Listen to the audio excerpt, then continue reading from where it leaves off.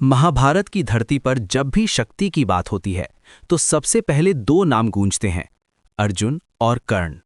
ये कहानी केवल दो योद्धाओं की नहीं है, ये कहानी है भाग्य, संघर्ष, धर्म, अन्याय, त्याग और उस प्रश्न की जो हजारों वर्षों से लोगों के मन में है, अर्जुन और कर्ण में कौन अधिक शक्तिशाली था।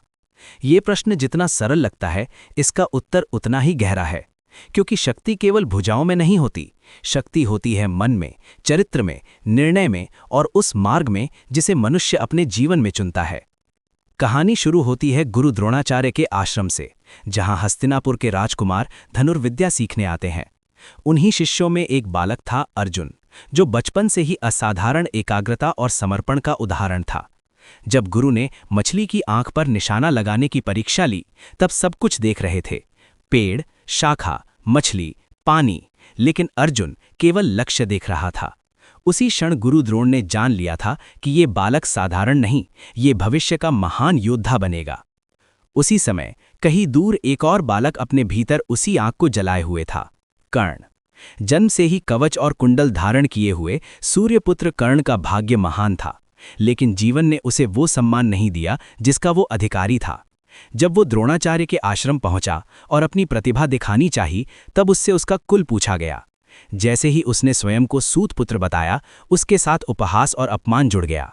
वही क्षण था जब कर्ण के हृदय में एक ऐसा घाव बना जो जीवन भर नहीं भरा। उसी दिन कर्ण ने निश्चय किया कि वो संसार को अपनी शक्ति से उत्तर देगा। कर्ण ने परशुराम को गुरु बनाया, उनसे दिव्य अस्त्रों का ज्ञान प्राप्त किया, लेकिन सत्य छुपाने के कारण उसे श्राप भी मिला। ये श्राप समय की रेत में दबा हुआ था, जो सही क्षण पर जागने वाला था। उधर अर्जुन ने तप, सेवा और धर्म के मार्ग से देवताओं का आशीर्वाद प्राप्त किया।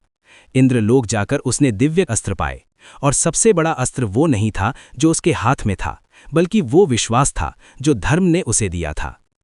कर्ण की महानता उसकी दानवीरता में दिखाई देती है। वो जानता था कि कवच और कुंडल उसके प्राणों की रक्षा करते हैं। फिर भी जब इंद्र ब्राह्मण बनकर आए, कर्ण ने बिना एक पल सोचे उन्हें दान कर दिया। उस क्षण कर्ण ने सिद्ध कर दिया कि वो केवल महान योद्धा नहीं, बल्कि महान मनुष्य भी है। लेकिन यही त्याग युद्ध भूमि में उसकी सबसे बड़ी कमजोरी बन गया। फिर आया कुरुक्षेत्र का युद्ध। वो युद्ध केवल सिंहासन के लिए नहीं था, वो युद्ध था धर्म और अधर्म के बीच। कर्ण ने मित्रता निभाई, भले ही मित्र अधर्म के मार्ग पर था। अर्जुन ने युद्ध किया, भले ही सामने अपने ही गुरु, अपने ही संबंधी थे। एक ने संबंध को चुना, दूसरे ने धर्म को। 17वें दिन का सूरज जब उगा, तब इतिहास का सबसे बड़ा द्वंद्व होने वाला था। अर्जुन और कर्ण आमने सामने थे।